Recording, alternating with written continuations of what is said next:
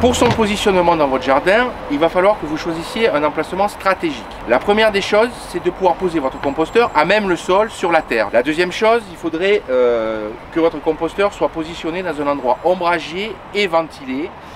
D'abord parce que ça peut générer quelques petites odeurs, des mauvaises odeurs, donc c'est mieux si c'est ventilé.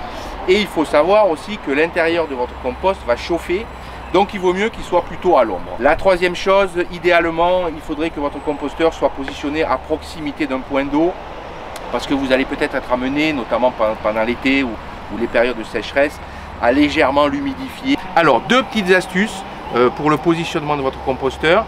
Vous pouvez biner le sol sur lequel vous allez poser votre composteur de manière à faciliter l'aération par le sol. Deuxième chose, si vous avez des rongeurs ou si vous avez peur que les rats puissent rentrer dans votre composteur, n'hésitez pas à mettre une grille au sol que vous achetez dans un magasin, un grillage, vous le posez au sol et vous posez votre composteur par-dessus.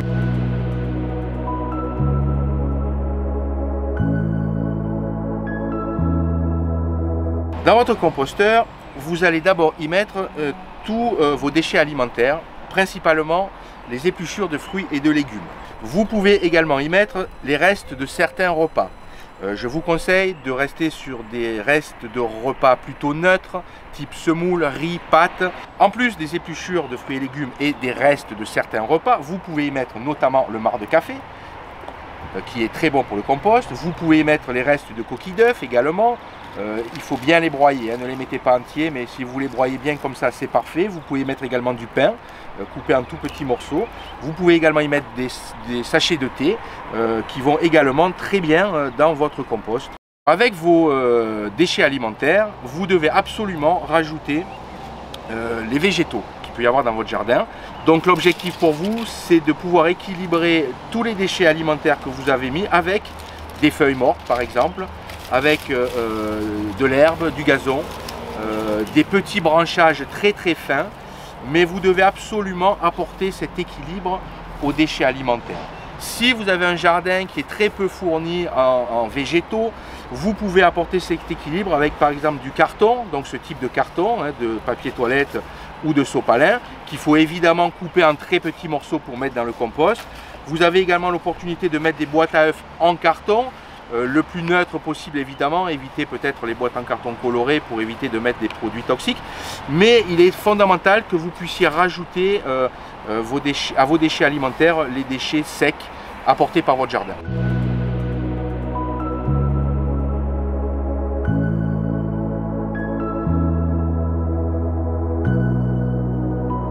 Vous avez d'abord tout ce qui est viande et poissons qui théoriquement compost, mais qui pourrait vous apporter des nuisances, notamment des odeurs, ou qui pourraient attirer les rats ou les chats de votre voisinage. Évitez de mettre trop d'agrumes parce que ça va apporter une acidité au sol trop importante. Vous devez également éviter de mettre tous les produits qui sont gros et durs, type os, type arêtes de poisson, type coquilles d'huîtres par exemple, qui ne composteront jamais. Il faut éviter globalement de toute façon tout ce qui est grossier, y compris les branches de votre jardin qui seraient trop grosses et trop importantes, ça ne marcherait pas. Alors dans les déchets qu'on ne met pas, c'est une évidence, ce n'est pas une poubelle, donc évitez évidemment de mettre tout ce qui est plastique, métal, mettre des sacs fermés à l'intérieur.